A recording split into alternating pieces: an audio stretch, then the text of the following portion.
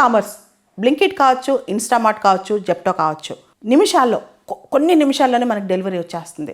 పోటీలు పడి మరి నిమిషాల్లో మనకి ఏ వస్తువు కావాలంటే వస్తువు అందిస్తున్నాయి. ఇక్కడ మనం చూస్తే కనుక రీటైల్ మార్కెట్కి కస్టమర్కి మధ్య టైం గ్యాప్ అనేది బాగా తగ్గిపోతుంది అనమాట. మనం వెళ్ళి తెచ్చుకోవాలన్నా అంతకంటే ఎక్కువ టైం పట్టే సమయంలో 10 నిమిషాల్లో 5 నిమిషాల్లో మనకి ప్రోడక్ట్స్ వచ్చేస్తున్నాయి. పోటీలు పడి అంటే ఒక్కొక్క సంస్థ పోటీ పడి మరి టైం తగ్గించి మనకి డెలివరీ చేసేస్తుంది అనమాట. ఇది మనం చూస్తే క్విక్ కామర్స్ వచ్చాక మనిషి లైఫ్ ఇంత ఫాస్ట్గా ఉంటుందని అర్థమవుతుంది. అయితే క్విక్ కామర్స్లో ఒక పెద్ద సమస్య, రీసెంట్గా క్విక్ కామర్స్ సంబంధించి గిగ్ ఎకానమీకి సంబంధించి గిగ్ వర్కర్స్ అందరూ చాలామంది ప్రొటెస్టులు చేశారు. అసలు ఏంటి ప్రాబ్లం అంటే తెచ్చే హడావుల్లో ఫాస్ట్గా 10 నిమిషాల్లో 5 నిమిషాల్లో డెలివరీ ఇచ్చే హడావుల్లో రోడ్ యాక్సిడెంట్స్ అవుతున్నాయి.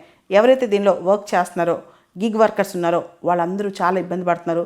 చాలామంది యాక్సిడెంట్స్ గురవుతున్నారు. దీనికి సంబంధించి లేబర్ మినిస్టర్ కూడా ఈ మధ్య మాట్లాడారు.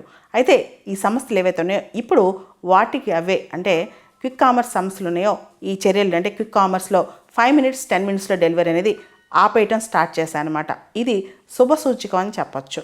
మనకు తెలుసు లైఫ్ చాలా ఫాస్ట్గా వెళ్ళిపోతుంది. దాంతోపాటు గిగ్ ఎకానమీ అనేది భారతదేశంలో చాలా పెద్ద ఆర్థిక వ్యవస్థగా ఉండిపోతుంది అనమాట. గిగ్ ఎకానమీ అంటే ఫార్మల్ ఎంప్లాయీ రిలేషన్షిప్ ఉండదు.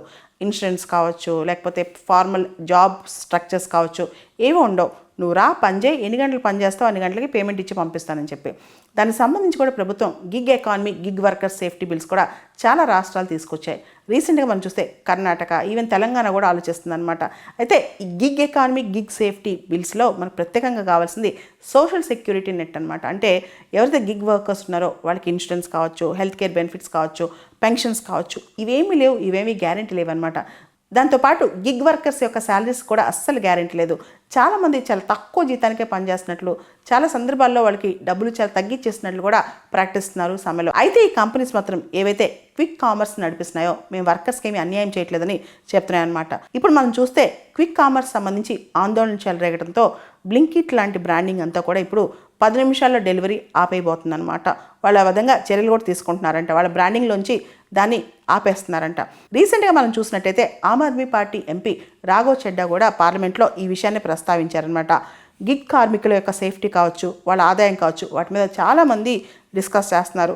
డెడ్ లైన్స్ పెట్టి అంటే కరెక్ట్గా ఇన్ని నిమిషాల్లోనే ప్రోడక్ట్ అందాలంటే ముఖ్యంగా పెద్ద పెద్ద సిటీస్లో మెట్రోపాలిటన్స్లో ట్రాఫిక్ జామ్స్ ఎక్కువగా ఉన్నాయి కాబట్టి అది సాధ్యం కాదు, వీటిని ఇమీడియట్గా నిషేధించాలని చెప్పి చాలామంది డిమాండ్ చేశారు. లేబర్ మినిస్టర్ కూడా ఈ విషయం మాట్లాడారు.